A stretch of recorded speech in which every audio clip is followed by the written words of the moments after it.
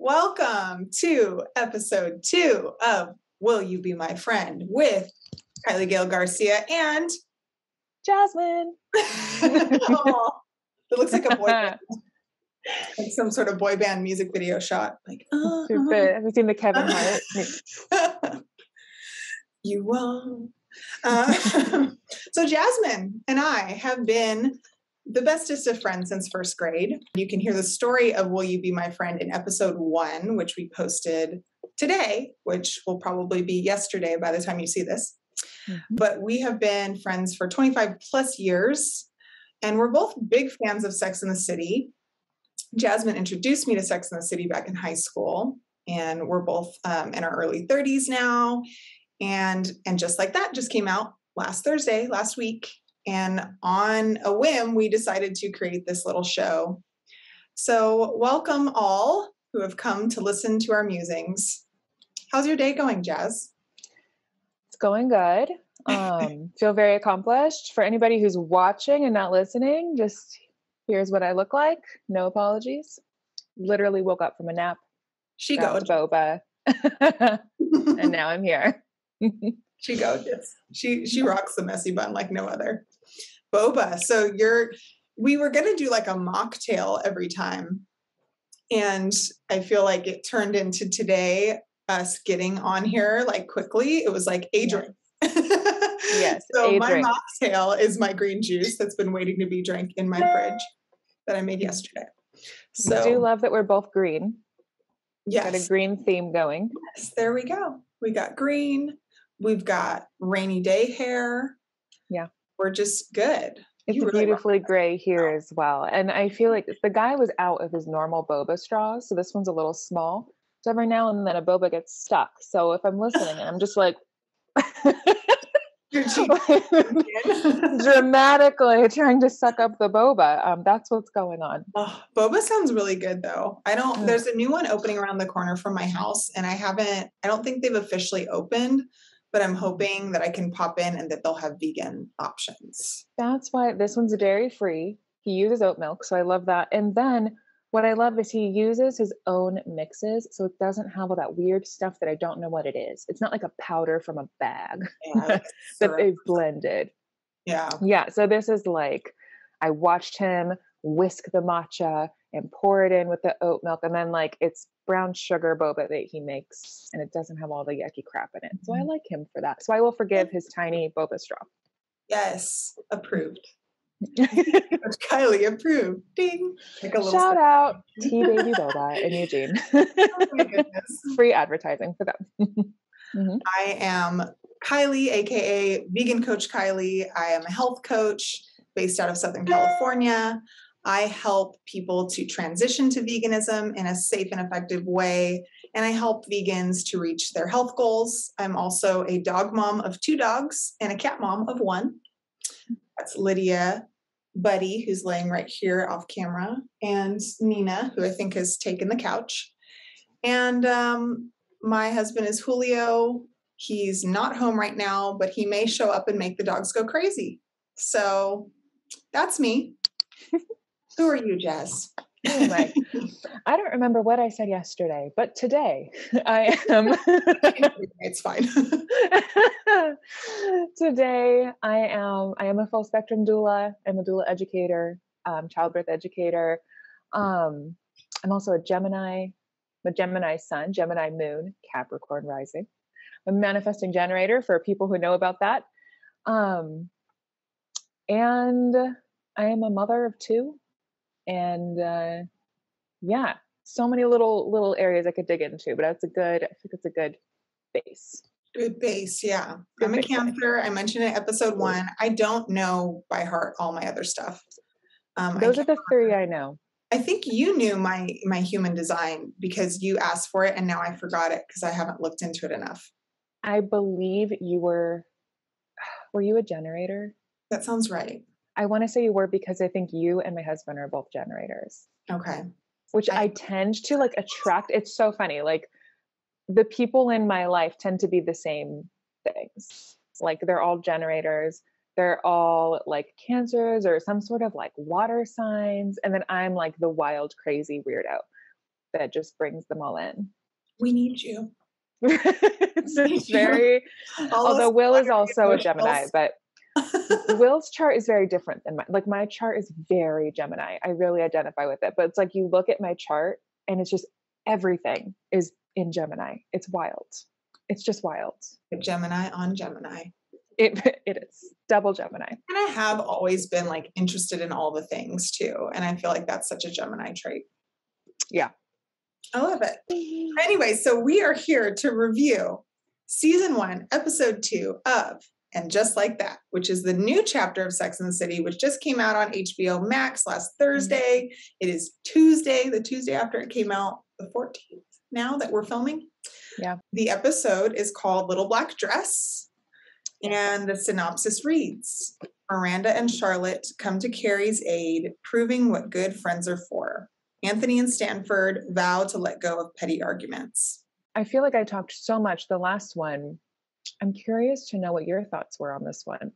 That's funny. I was re-listening to yesterday's and I was like, oh my God, let her talk, Kylie. Like, I was like, I kept jumping in and getting excited and like talking about things for a really long time. My initial thoughts, well, it opens on Brady and Louisa. Yeah, that was like a lot. That. But like having it be right in your face, I was like, oh, so not only are they going to like talk about it, we're going to see it. I think that I wasn't like super mad about sex being in the show because it is Sex and the City. I wasn't even mad at it, but it was a little bit like for a moment I had to collect my mind because I was like, these are actually kind of children, right? Like he's like a minor. So it was just kind of like, I just like stoically like got through that first initial scene. I get that they were trying to make a point of like sex in the house, but it was a lot. Yeah, I think you froze again. Darn it. Okay, you know what? Before we get on like a super roll. You're back. Mine was not, not a cute pose that time. What is this? And I was like listening to you, and so it took me a minute to realize you'd actually frozen. I looked down, you're like having like these really eloquent thoughts, and just this. I should just be the whole podcast, just be on one end, just randomly like. Yeah, I felt kind of the same. I kind of felt like I got that they were doing it for comedy because if you notice, they open on a shot of his turtle tank. Yeah. And then they kind of like back out and you hear this like crazy teenager sex that's like ridiculous. Yeah. And probably like honestly a better as in like more enjoyable depiction of teenage sex than what it actually is. But yeah, definitely played for comedy, but it did give me a little bit of the icks being like, okay, he's a minor. Yeah. And that kind of feels like I'm watching child porn. Yeah. Well, and I'm kind of like having feelings about how they're making a commentary on Miranda's son, right? Miranda's son is having sex in the house. I'm kind of wondering like, who is this girl? Like, where are her parents? Why? Like, it just seems so like, she just seems so unapologetic and like unashamed, which sure, maybe they're trying to talk about that too, but I'm just like, whoa, maybe be discreet a little. Maybe not be so loud at someone else's home. Well, yeah. And she's like screaming. Right. Yeah. It's a lot. I won't dwell. I'm just going to skirt by that. It's the next, we're moving on.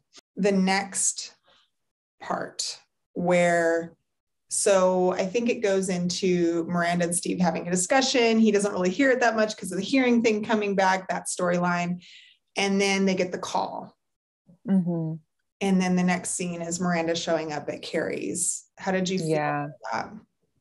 Oh my God. I just thought when I rewatched it the second time, when she says, oh honey, like that, like very motherly, there's something about Carrie and Miranda's friendship that I just love so much. Like, I love that they're all friends. I love all of their dynamics, but something about Miranda and Carrie specifically, like, it just gets to me. So when she just came in with all that love and like comforting her, it was so sad. I also, the body bag in the background was, it was a lot. Like, I was just like, oh my God, like, this is just so like Real. It felt like, it felt like they were making it so real. The look, I just feel like Sarah Jessica's amazing. And she's one of the best actors out there, I think. And she does that. I mean, she plays everything really well, but I feel like just that helpless look and that, what am I going to do? What am I supposed to do? And then Miranda's saying, well, they're going to take him away. And then, she's telling all the practical things, which is so Miranda. And she's like, no, like, what am I going to do? Yeah. Without him, and just like the devastation of it. And I think, probably giving away my favorite moment, but the best moment in the episode to me was them in the bed. Yeah. I mean, so much bed sharing in this, like, already. I feel like, but I kind of loved it because I was like, wow, like, way to normalize a piece of friendships that we don't normally see. Like, truly being there for someone and not letting someone be in their home alone, like in their bed alone after being used to sleeping with someone. It was so sweet. And I really loved that. Yeah. I think, like what you said before, I think that Miranda and Carrie are the main best friends. Like, I think there's moments where you see her being friends with the other two, like throughout the series in their own way. But I think the relationship between Miranda and Carrie is like probably even more central than her and Big. Yeah, it's so special. Even in the early series, it's that one misdirect where it's really early on and she's crying and she has dated the baseball player, I think. And then she gets on the phone and she's crying, like, can we meet at our place? And I remember watching it with my dad when it was like, they ran the reruns on TV. And randomly one day we were watching Sex and the City together. And it was that episode. And he was like, oh, it's going to be Mr. Big, Mr. Big. Like, he was just joking about the show. And then she showed up and it was Miranda. And I was like, it's not Mr. Big. That's not what the show is about. But I think about that. I just feel like they always kind of go back to that relationship. And they have the bigger blowout fights too throughout the series. And, but that makes them stronger. Yeah. Yeah. The bigger explosions and then like those bigger repairs. I love their relationship. And I loved that she wasn't alone in bed and that they showed that part of it. Cause I was like, oh, I bet that would be so real. Like at night, just way to normalize being with your friends. Like really being there for your friends after going through something. It was awesome. Now, how do you think Charlotte feels?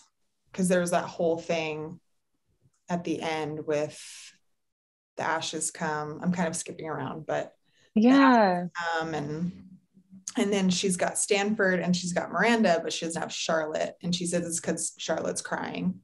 Of course, Charlotte thinks it's because she was at her daughter's piano recital instead of at home with Big when it happened. Yeah, I'm really curious about Charlotte in general. Like, we're only into episode 2. And for me personally, Charlotte is just a little high strung so far. And so I kind of get it.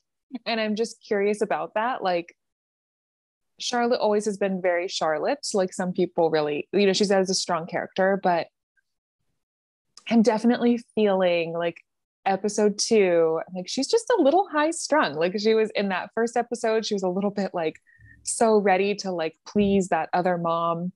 So just all about the piano recital, like, you have to be there. And now just like grieving so hard for Carrie's loss. It's just kind of like, oh, like, she's way up here. So I'm kind of like curious to see where her character goes and if she continues to be so up here. Has she? I mean, she's always had those characteristics, but it's almost like, I don't know if it's just we're not used to it because we haven't watched her in anything new in a while, or if it's that they just took those elements of her and like cranked them up to 11. Like, Yeah. because I did notice that too. And I was just like, oh, Charlotte, like, Yeah. To me, it's at an 11 right now. So I'm just like, I don't know if that's going to be something that's going to have a part in the series and like it's going to lead to something, or if it's just kind of who she is, or I don't know. I'm like really curious if there's something underneath that, because I was definitely feeling that way. And like in this second episode, I was like, yeah, I totally get this whole thing. I also felt like Carrie kind of wasn't really grieving. She was very just kind of stoic. And so I wasn't sure if it was like the contrast between just to really show how Carrie was like being so stoic and then to have Charlotte totally falling apart. I don't know, but that's kind of where I was at. Yeah, I almost felt like Carrie went into like party girl mode at the funeral. Like I mean, not in like an extreme sense, but in her character from the beginning, or really, I think it's always been like this. Carrie's always been like a woman about town, and has the outfit and she's at all the events and she knows the people. And so she was kind of like mingling, and there was a little bit of sadness, but it was a lot of, like you said, like stoicism. Like I felt like she was kind of, you could see when Miranda showed up at her house that she was kind of like broken. But then in the public, it was the outfit, the perfect funeral space. And even there's this weird scene where they're playing the Hello, It's Me song and they're doing the music. And then it's just a shot of her. And she's like, and she like gets like really into it. Like she's like bobbing her head along. Yeah. And you're kind of like, is she trying to go back?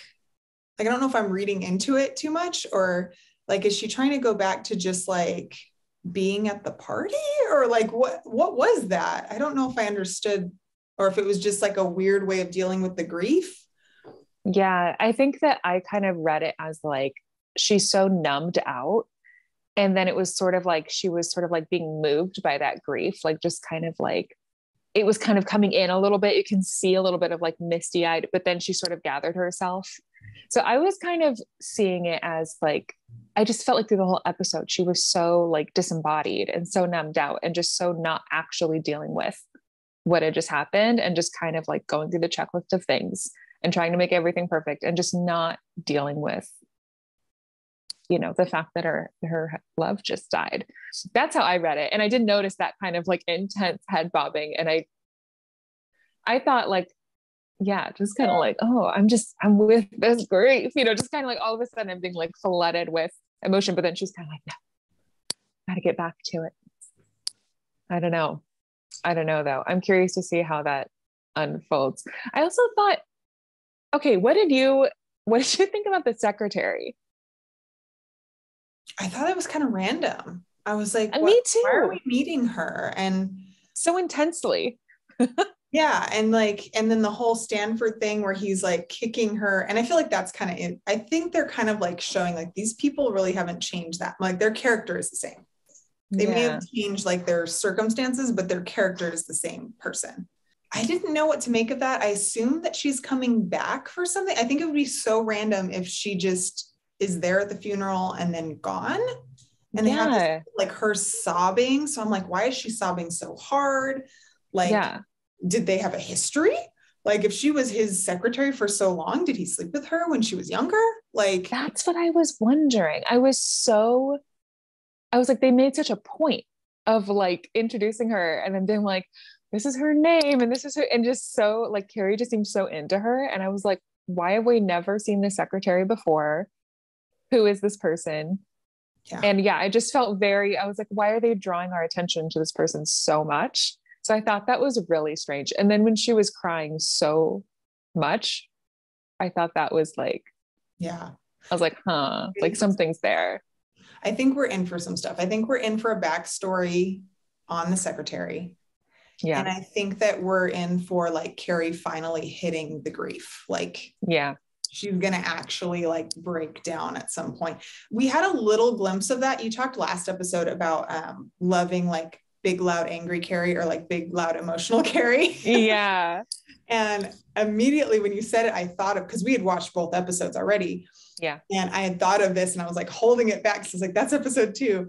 But right at the end, when the whole Charlotte conflict happens, you know, and then she's out in the hallway with her, and, you know, Charlotte tries to bring all the Vogues, which I thought was really sweet, actually. Yeah, I did Go to a too. special place to get all the Vogues, and then they're out there and she's like, oh my God, you must be so mad at me. And she's like, no, I'm mad at myself. But she has like this, like I've done that. I know I've done that, you know, where you just can't hold it in anymore. You're like, no, it's bad. And you just kind of, and it was like relieving to me to see her like have a strong emotion.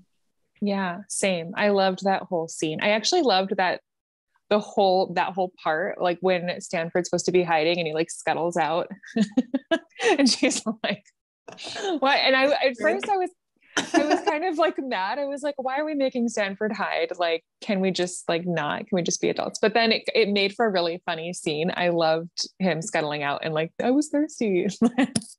I was getting my drink. That was so funny. That made me laugh. I almost felt like that was a little bit of an inside joke too, because people have said, again, about like the people that aren't gay, like the main characters of the original series are all pretty much like cis people. Yeah. And the people that are gay are kind of tokeny. And I know in season 6, she invites just the girls to meet Petrovsky, right? Yeah. And he's there and he's like, oh, I'm so excited to meet him. Or he thinks he's a part of it. And she's like, no, Yeah. it's the girls this time. Like, why? Yeah.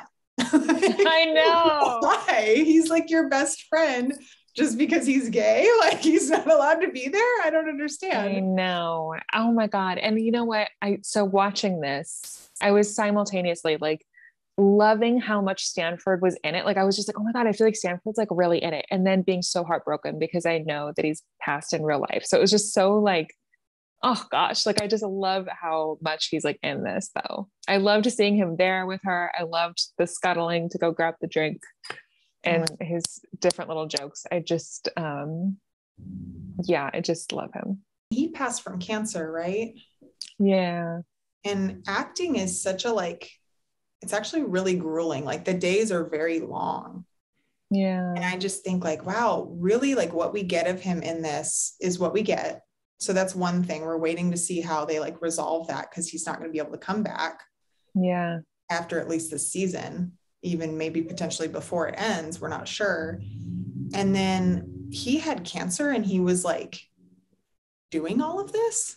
I know. Like, wow, that's amazing. And I don't know. It's nice to see him. But yeah, and I thought it was funny. Like it was a funny scene, but it also was like, why are you again like tucking him away in a corner? I know. That's how I felt. Like, when she was like, go hide. I'm like, why not just be like, here we are? You know, like I feel like if it were like my friend that are coming to the door, I would just be like, hey, and not even explain anything. Just like, hey, here we are sitting here. We're all grown adults. We can all handle the fact that grown adults get together. And yeah.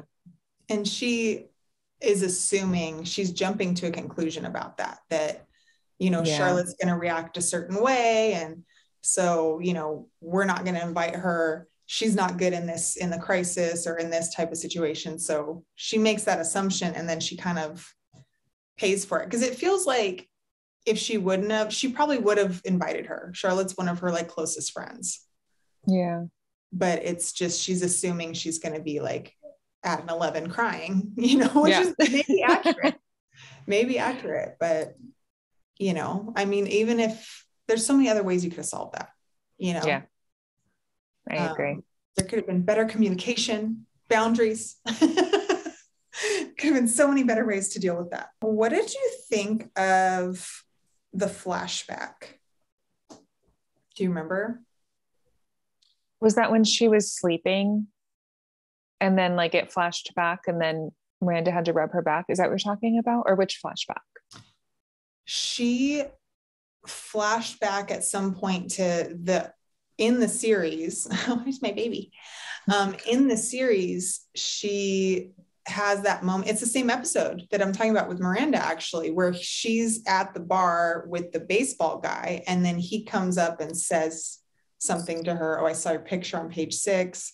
You never looked better. And then he walks away, and it's after they first broke up, and they chose that scene of him, like, you know, from really early in the seasons, walking away and kind of like looking back at her.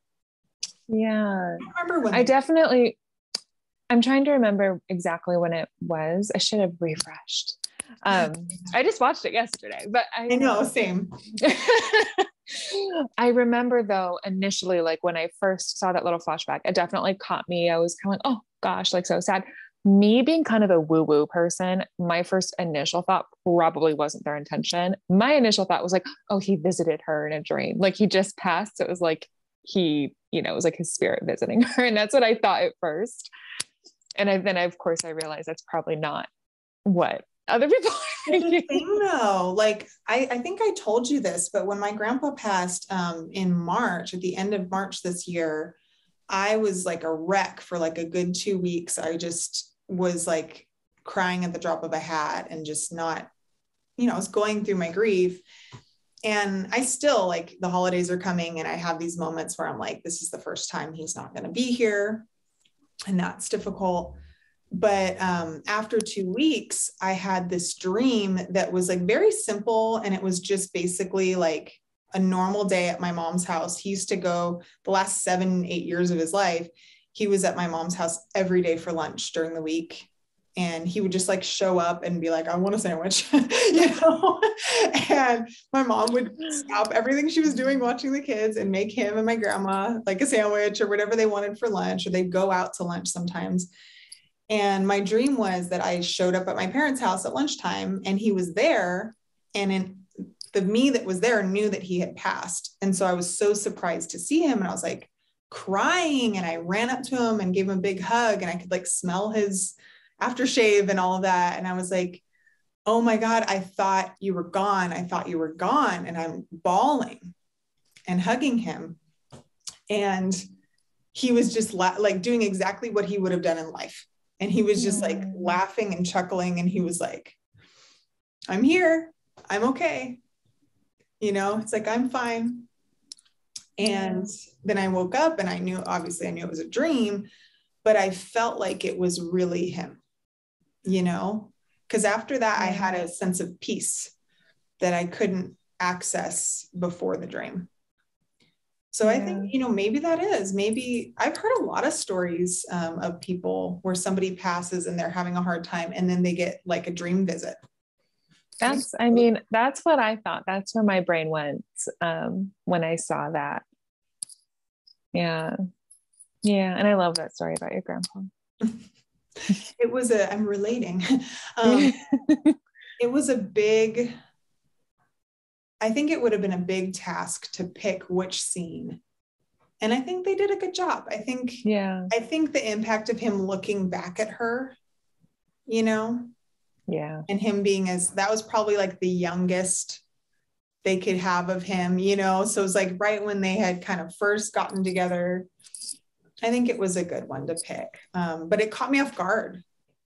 When it showed up, I was like, oh, they're doing this. And then throughout the episode, they had another thing where she's walking right after she leaves the funeral home, and Charlotte has her whole cry fest at the funeral home. And she's walking, and it looks like she's walking in the Upper East Side. She sees like a little bistro cafe where people are eating. And there's a guy with dark hair and a girl with long kind of wavy hair having brunch or lunch or whatever.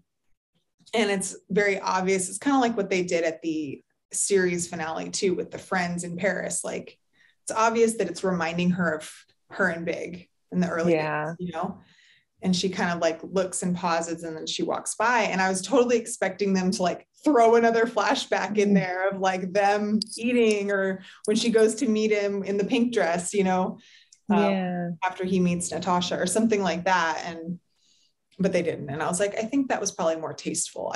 Once they started with the flashback, it opened the door for me. And I was like, are they going to be flashing back a lot? Like, yeah. The Charlotte and Carrie funeral home scene. Thoughts? Yeah. I felt like I was sort of at that point, I had watched both episodes like back to back. Cause once I watched the first one, I was like, of course I'm watching the second one just immediately. So the whole thing kind of just ran into one long episode for me. And by the time we got to the funeral home, I think I was more just kind of curious of where this was kind of all going, and just kind of curious about like Carrie's weird grief style. Like this whole like, yeah, just like I said, like how she would just seem sort of numb, and she wasn't, and I was just kind of like along for that ride to just be like, what's happening with Carrie? Why is she not like actually grieving? And at first kind of being like, well, why are we not okay with the funeral home? But then of course I thought her pick was so beautiful. Like the funeral ended up looking, I was like, wow, yeah, I would like someone to have my funeral look nice like that. But no, that was an option. I thought they all looked like, I thought the best of them looked like the first one, right? I thought they're all just going to be this kind of old people looking place. You know what I mean? Like definitely. That's what it looked like, an old people place. You know? Definitely. Yeah. I think they were trying to make that point about her kind of trying to step away from that, like, because that video that that she was watching from the funeral home of those two like really old people, and she was it's like probably her like struggling with the fact that she doesn't feel that old, like so gray and wrinkly and like tiny. Good point. And like I felt like they were like, and she was just kind of like, yeah, I don't know, just sort of grappling with that a little bit.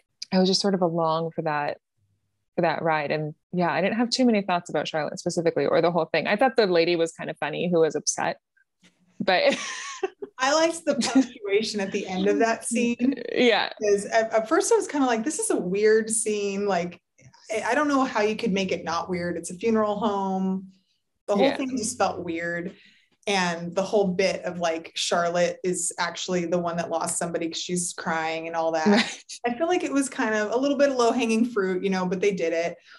And I was kind of like, okay, like I'm ready to move on. And then at the end, she says something like, I'm so sorry if it's anything that I said, right? The funeral home director. And she says, not you, it's me. And I was like, oh, okay, they're doing that thing. And then she walks out and the lady just goes, shit. Yeah. That's when I laughed. Like, I don't know who decided to add that one liner, but that's what I needed for it to be funny. Like, same. It didn't really hit me with the, it's not you, it's me. I was just kind of like, oh, that's like back to the kind of Sex and the City cheesiness. You know what I mean? Yeah. Like they're just throwing a line out there, a dating line. I'm going to let you go, but you better be nice. Yeah. She looks back. She's like dragging the little leash. So she's like, you can go. Oh, she's going to lay on the couch with sister, I think. And I did like the classic Charlotte of like hanging out the window being like, I'm just gonna nap for an hour and I'll give her a call right now. And I was like, well, that's her. But yeah, I was a little bit, I think that you make a good point about the funeral home sizzle reel. That's what she called it. That was a laugh for me too. And I love it. It was the same thing that they keep doing where it's like, she's obviously a wreck. She just lost her husband and her face is like, you can tell she didn't sleep. She's just like exhausted and she's playing all of that. Like they've probably made her look more tired than normal or something. And she's really kind of like sitting there in her robe in front of the computer, just trying to figure it out. And then Miranda's like, what are you doing? She's like, funeral home sizzle reel. And I was just like, yes, like, thank you for just making a like silly joke. I also thought there was a strange moment, and maybe you can help me, because I think I have a confusion between what they were trying to do. So right after that, Miranda's like, where's the coffee? And she says, in the freezer. And then she says, okay, I'm going to make some right now. And Carrie goes, somewhat. And I think what they're trying to say is like in her grief, she's kind of in a haze. So maybe she's like having a hard time paying attention.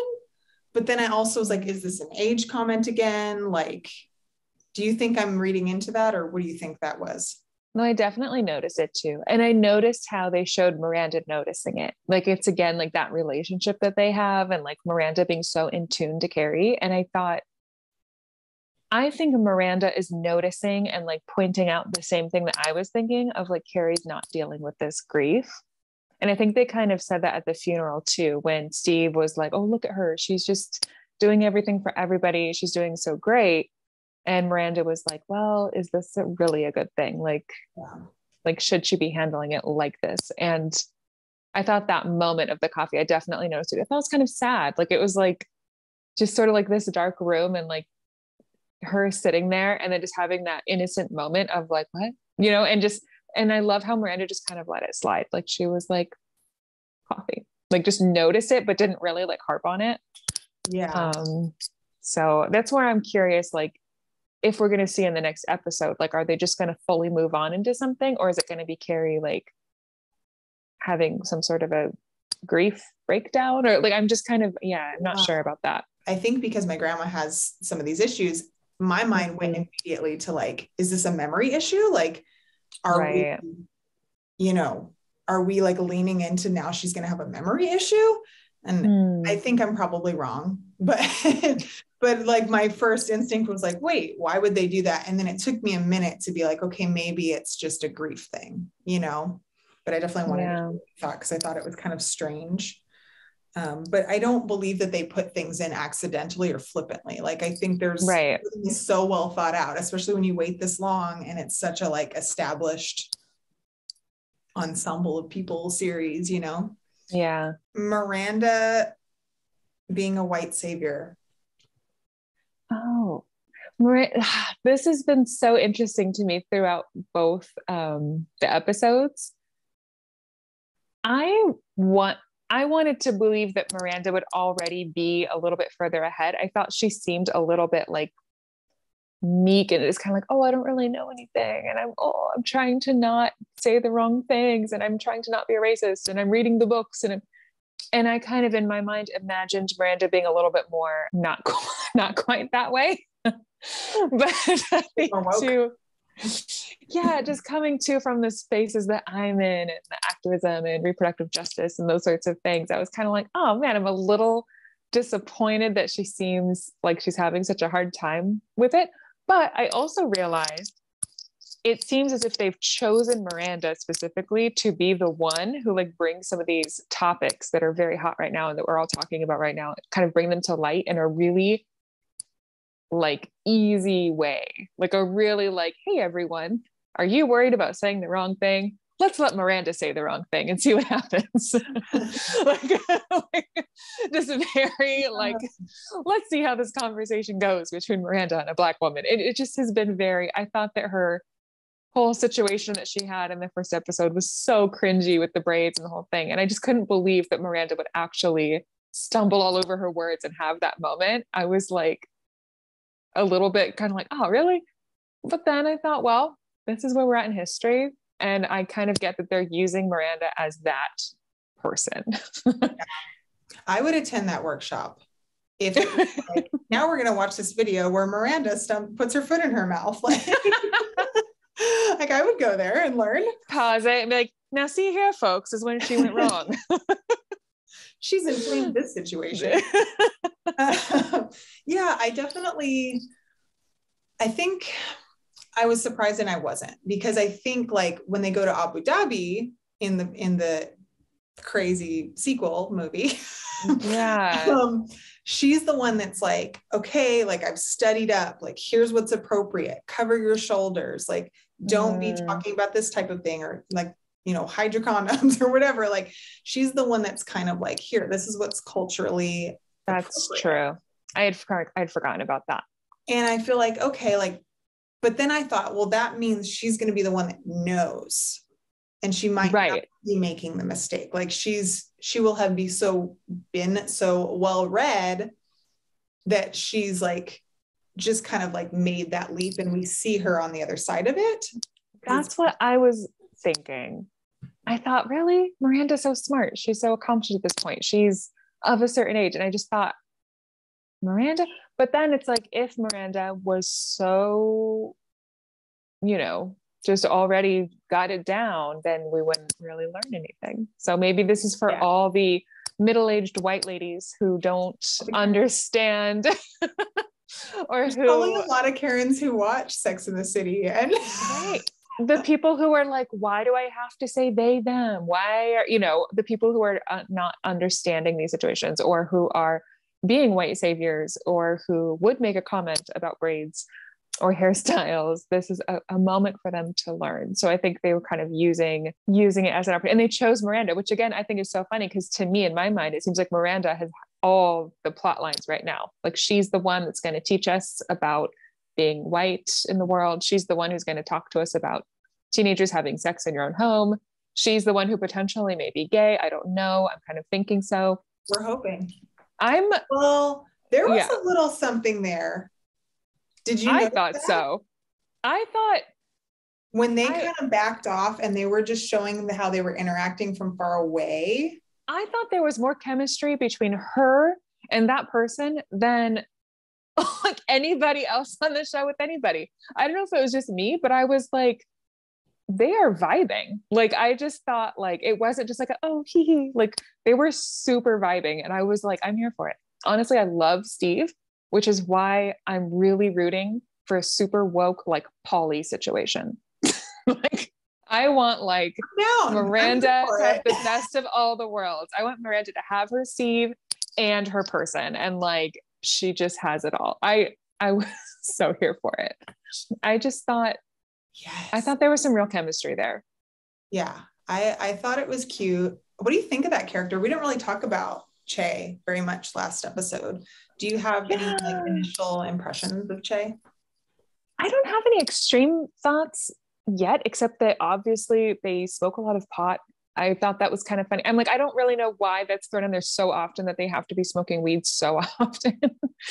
But I was just kind of like, okay, I'm into them. I did think that the podcast was a little crazy, like we said before, like a little bit like a random morning radio show. But I loved the chemistry between them and Miranda so much that I'm like excited. I thought it was funny too how much she super exploded on Jay, like about the weed.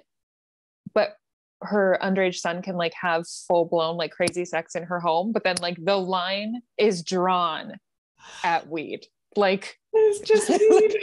So help me God, I will make a huge public like outcry over some weed, but go ahead and have sex all over the place. I thought that was super funny. I was like, whoa, like she's kind of like the cool, like relaxed mom that lets the girlfriend sleep over. But then it's like, if you give her son weed, she will have a cow. That is, there's the line. There's the parenting line. Hilarious. Okay, let's talk about Samantha. So there was the scene where Carrie's kind of sitting alone and she's texting. And it's I don't know if you caught it, but it looks like Carrie's been the one just texting. Yeah, and Samantha's not responding. Yeah. And she sent the flowers. And then she sent the funeral flowers, which there was like a moment where they all kind of paused. And I felt like there was a realness to that. Like, I think they've all been kind of hurt in some way by this because they were in it together for so long. But I do respect Kim Cattrall's decision. She's everywhere right now. She's doing a whole bunch of other stuff. And she has said in interviews, like, I just want to play a different character. That character's played out for me. Yeah. And that's fine. But I think it was pretty graceful for them to do the phone thing, because I think it was like, this is exactly how it is. It's just a one-sided thing. She's just not here. Yeah. Like, I agree. And I liked the flowers. I like that she was still kind of in there a little bit, especially in the beginning of the series. You know, maybe it'll kind of fade out. I've heard like rumors online that people think she's going to make like a short appearance or something. And I'm like, to be honest, I almost kind of hope not, especially because we all know the drama that's going on behind the scenes. It's like, don't force it, you know, like, don't like force her to be on the show. Like, if she's not on the show, she's not on the show. Like, having the flowers was fine. I think if she does show up, I had that thought too. I was like, maybe she will, like, maybe they're really keeping it under wraps and maybe she will show up because they're kind of, you know, maybe she'll see how great they've done the show and like want to be a guest star or something. And she's totally entitled to that too, to like change, like she reserves the right to change her mind, right? The Elizabeth d'Alto-ism that we always say.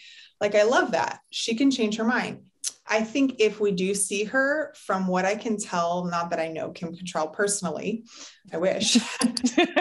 But what I can tell, if she's going to be there, she's wants to be there. Yeah. She seems to be a very like healthy boundaried person that's like, yeah, this is what I want and need. And if you think it makes me this, that, and the other, that's your problem. Yeah. So I think if she does show up, it's going to be because she wants to. Yeah. I might be way off on this. I have no idea, but I have this like impression that in my mind, it seems to me like Sarah Jessica and like, you know, all the other characters, like those three, they're kind of there for fun and they're having a lot of fun with the series and they have fun with those characters.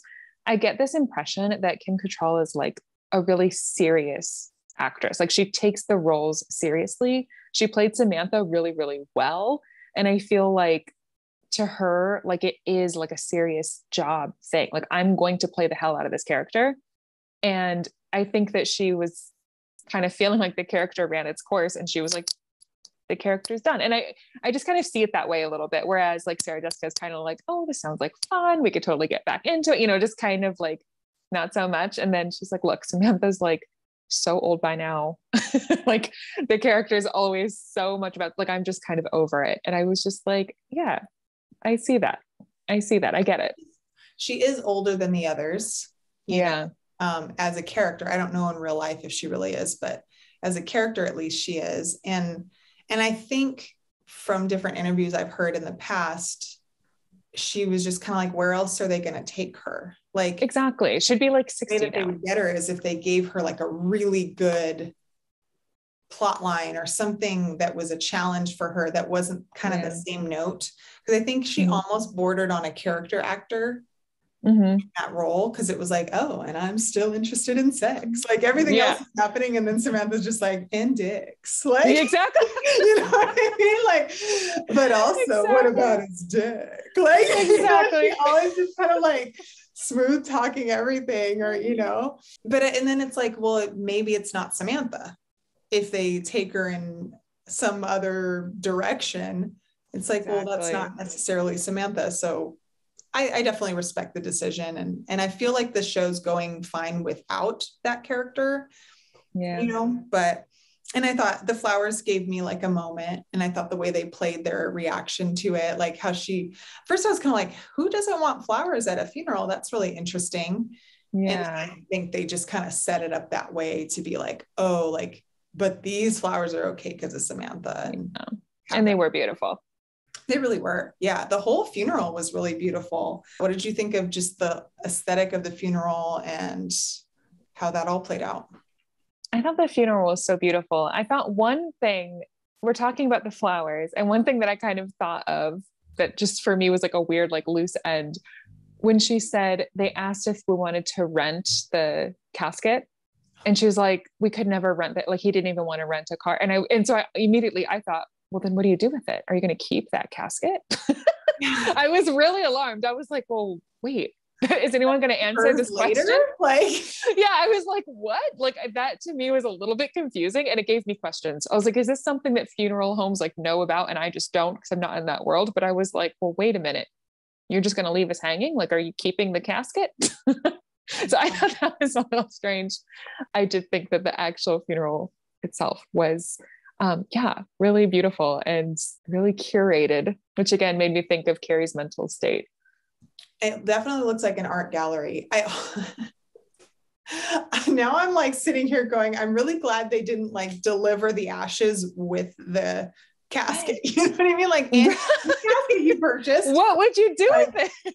If you're not already traumatized by the surprise of your husband's ashes, like here's also the casket he was laying in days ago. Exactly. Oh, so weird. I thought you were going to talk about the flat joke from Miranda.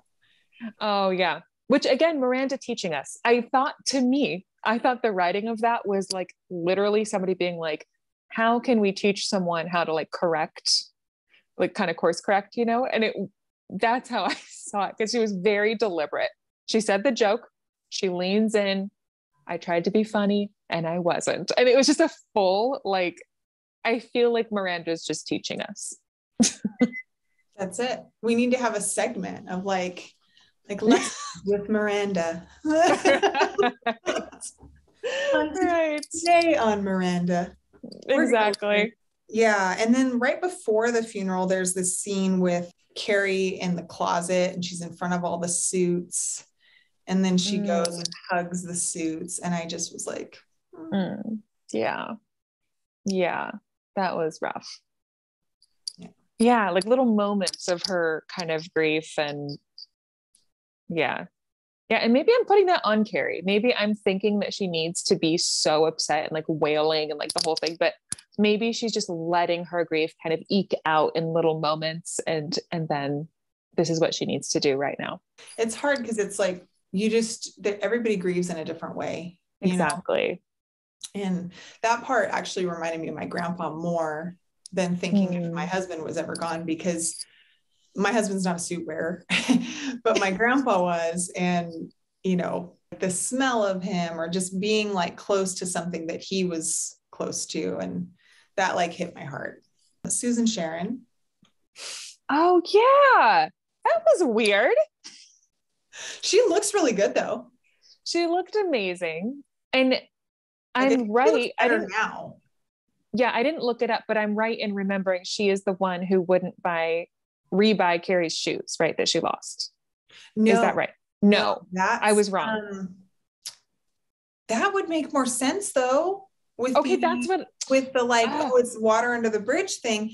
That was what is her name? Her name's really like exotic. She's the one that takes pictures of babies in buckets and she's pictures of the model. So I had them mixed up. Remind me who Susan Sharon is. Susan Sharon used to be with the short guy that had a really hot temper in its earlier seasons. And she buys her the cashmere for her birthday and she says, it's a cashmiracle. Yes. Yeah. Okay. Then why did she come in so like crazy?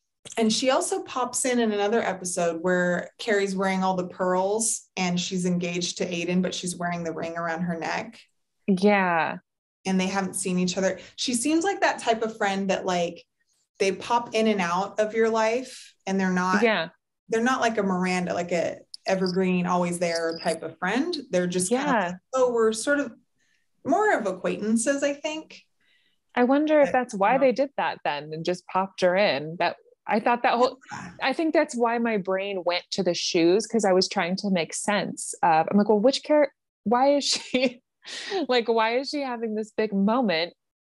And then I connected her somehow to the shoe and I thought, oh, maybe that's why but no, I was wrong there. So I was trying to make a connection. Well, yeah, which is natural because Carrie would have remembered that, I feel like. Yeah.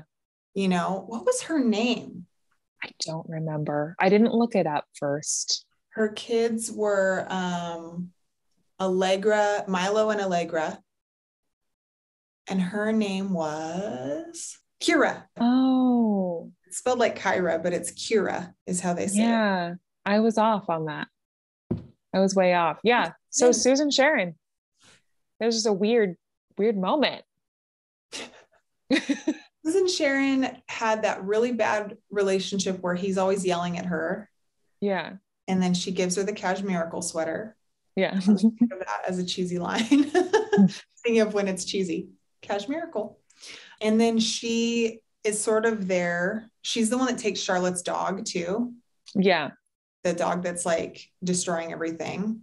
Yeah. She shows back up for that episode with Aiden. And I think the reason I think it's an in and out type of like acquaintance friend is because in that episode, she kind of just like runs into her at a restaurant and they haven't seen each other in a long time.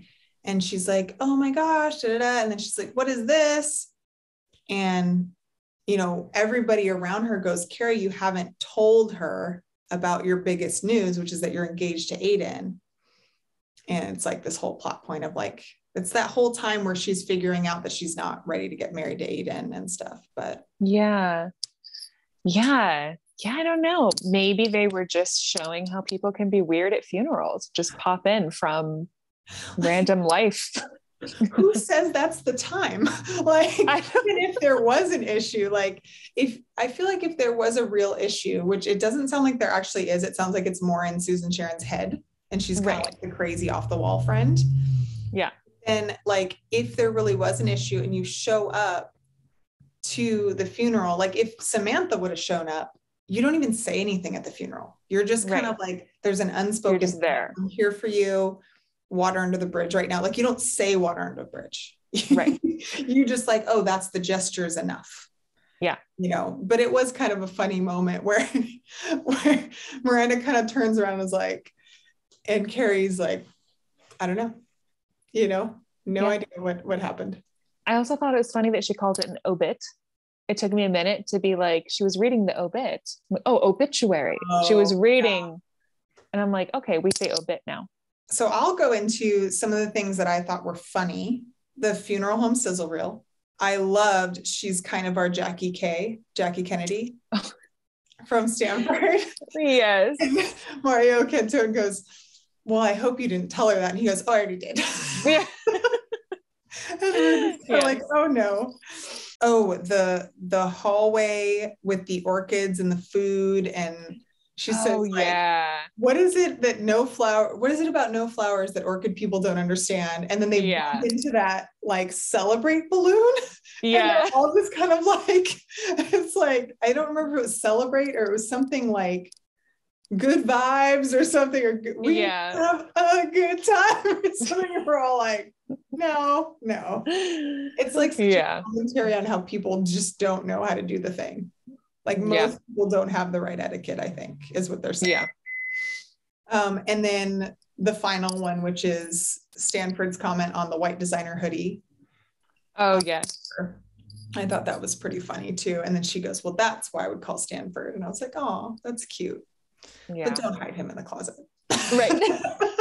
Just don't. Just be proud of being Stanford's friend. We'll segue right into outfits. Did you have a favorite? Do you want me to go through like my list and try to describe a few? I don't notice clothes the same way other people notice clothes. So I feel like in general, there weren't any that like super stood out to me this time. So I'm curious to hear what you pulled and what you enjoyed. I had a definite favorite. I'll write out the things that I noticed. I didn't write everybody's outfits, but just the ones I kind of noticed that stuck out to me. Obviously they have the jammies and the robe at the beginning, and that's on Carrie. And even Miranda has these kind of like granny looking pajamas with like flowers. There's the outfit when they go to the funeral home. Carrie's wearing a pink jacket with a white, and it looks like almost pinstripe dress. And there's a little necklace, and I couldn't quite tell, but it almost looks like a gold New York State shape, I think, potentially. And so she has that outfit. And then at the same time, Charlotte's wearing the pink tweed with the little belt, like structured belt, when she's crying. And then Charlotte's funeral dress, I thought was really pretty. It had the mesh on top, and it sort of had a collar and like a little keyhole right here that buttoned, and then it went straight across, and it was real kind of corseted, and then it poofed out. You're making me want to go back and watch it again, specifically just to look at the outfits. Like I didn't pay enough attention. I noticed it because when they were zipping her boobs were just like, like, so like they were really cuddling each other. But it looked good on her. It looked really pretty. And then Miranda's dress looks like it potentially is a DVF wrap dress, maybe a new version that I haven't seen because I haven't worked for her in a long time. But the way she was putting it together when she was with Steve before the funeral, I was like, oh, that's probably a wrap from DVF. Just in black, but they're made differently normally. There's usually like more of an obvious collar, and this one was just sewn down with no collar, and it had sort of a tulip bottom. So it's like, I wonder if I should Google, I probably should have just looked up on DVF and see if she has a new version, because she'll mess with the wrap dress every now and then. The funeral outfit with Carrie with another tiny hat. I did notice a tiny hat. Yeah, tiny hat and the little poofy skirt with, it looked like kind of a slit in the front and sort of lace bottom, but a dark top that was fitted. And her little heels. I can't remember exactly I think they had scalloping on them, where it's kind of like boop along the edge of the heel. And then she had a little clutch bag too, I think, that was like pearls or something on it, a white clutch bag. I thought it was, I mean, if I'm gonna look chic at a funeral, that's a way to do it. My standout favorite in the entire thing, I was scared you were going to pick it. I was like, sure you were going to pick it because it was an at-home lounging outfit. Was it? See, I'm loving all the lounge outfits. I am. End of the episode when they're all there hanging out right when Charlotte shows up, and she's wearing like a turquoise. Of course, I would love turquoise, but she's wearing like a turquoise long cardigan sweater that's like extra long, and it has stripes. And then she's wearing that over a jumpsuit that looks like it's maybe a like pale gray or a white with some dark detailing up here, and it's fitted here, but it's like a comfy looking jumpsuit. Yeah, that it's coming back to me. Fantastic in that. I loved that whole thing. Yeah. I want all the loungewear. I want all the loungewear in this show. It was beautiful. I think we already talked about favorite moment. Did we share the same favorite moment? I think I've said mine too many times, and it really is that Stanford moment, I think, was for me my favorite. Okay. So I had a few favorites, but that was definitely one. And I loved Miranda vibing with the person. So I liked that too. Yeah. Now you got me questioning it because I thought of something else with Miranda. I did like Miranda like smacking the Chucky person with her. Book where it was like any kind of savior moment, right? Yes. I did think that was good. I still think my favorite moment, I'm still kind of staying in the same vein as episode 1, is more of like it gave me an intense like feeling or depth to the moment. And that was just her and Miranda spooning in the bed. I was just like, yeah. And when they put the title on, and I was like, if I'm going for feels, then it was definitely Miranda showing up initially at the beginning of the episode would be like a favorite. Yeah, for sure. She's amazing. Predictions? I hope that Miranda ends up in that polyamorous relationship. I'm just gonna that's gonna be I'm just gonna hope and cross my fingers for that. Maybe later on down the line, that's what happens, but that's my thing. And I do think that Carrie's going to have some sort of a something. I don't know. I think they're leading up to her having some sort of a little meltdown of some sort over big stuff, or maybe not. Maybe they're just going to breeze right on by, but that's where I'm at. That's what I was going to say. It's mine. I still think there's a possibility of an Aiden like re-up moment, like a restarting the fire type of thing, which I still think is probably crazy, but possible. Because I mean, who knew they were going to bring him back in the second movie for like a random kiss? But they did that. True. So I don't put it past them to put her back in a relationship with Aiden. He was a comfort to her, I think. But yeah, I think probably I'm expecting soon to see her have like a full-blown moment of freak out. I don't know what that's going to look like, but I think it's going to, you know what it could be?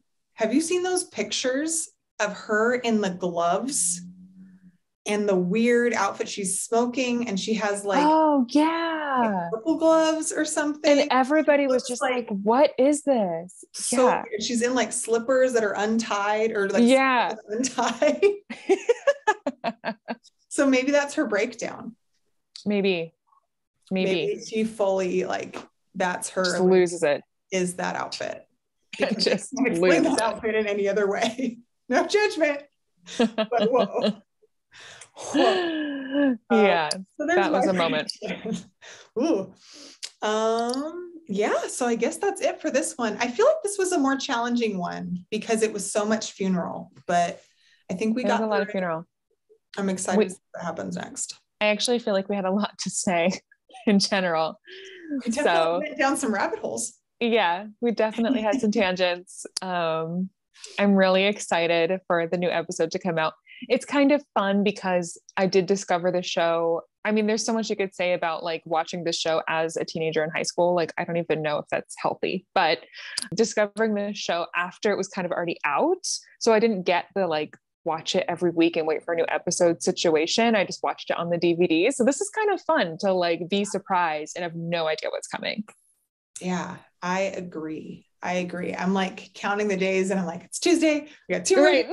We got another one coming. I wish they'd release more than one at once, but I think it's kind of a fun experience. And I think doing this is making it even more fun. And like, we're getting plenty of Sex in the City throughout the week. So, and it's a different way to watch too, like to be kind of like looking for things or more analytical with it. But I think it's super hopefully anyone who's listening will listening or watching will get something out of it and enjoy it and feel like they get more Sex in the City and they're not alone in their love of these peeps.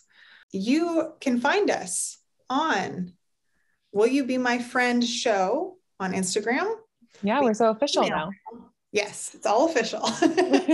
We have an email. It's not a show without a weird misspeak. We have an email that you can find. It's Will You Be My Friend Show at gmail.com. On YouTube, we're on this channel, Will You Be My Friend Show. Pretty much Will You Be My Friend Show everything. We are working on getting posted on hopefully Spotify as a podcast as well. So if you like to just listen and not watch us, I know we're ultra gorgeous and you want to see us, but if that's more convenient, I'm working on that. I haven't quite figured it out yet. Literally like an hour before we started filming this one is when the first one went live. So hopefully I'll figure that out by the time you see this. And then, I'm Vegan Coach Kylie. So if you want to find me, you can find me on Instagram at vegan.coach.kylie or on my website at vegancoachkylie.com. And where can they find you? They can find me on Instagram at jasmine.rose.doula and jasminerosedoula.com. Ready for the next one. Thanks for being here and going through this marathon this week. And it'll be a lot more relaxing once this week is over. It's going to be such a fun ritual. I'm really looking forward to it. For sure.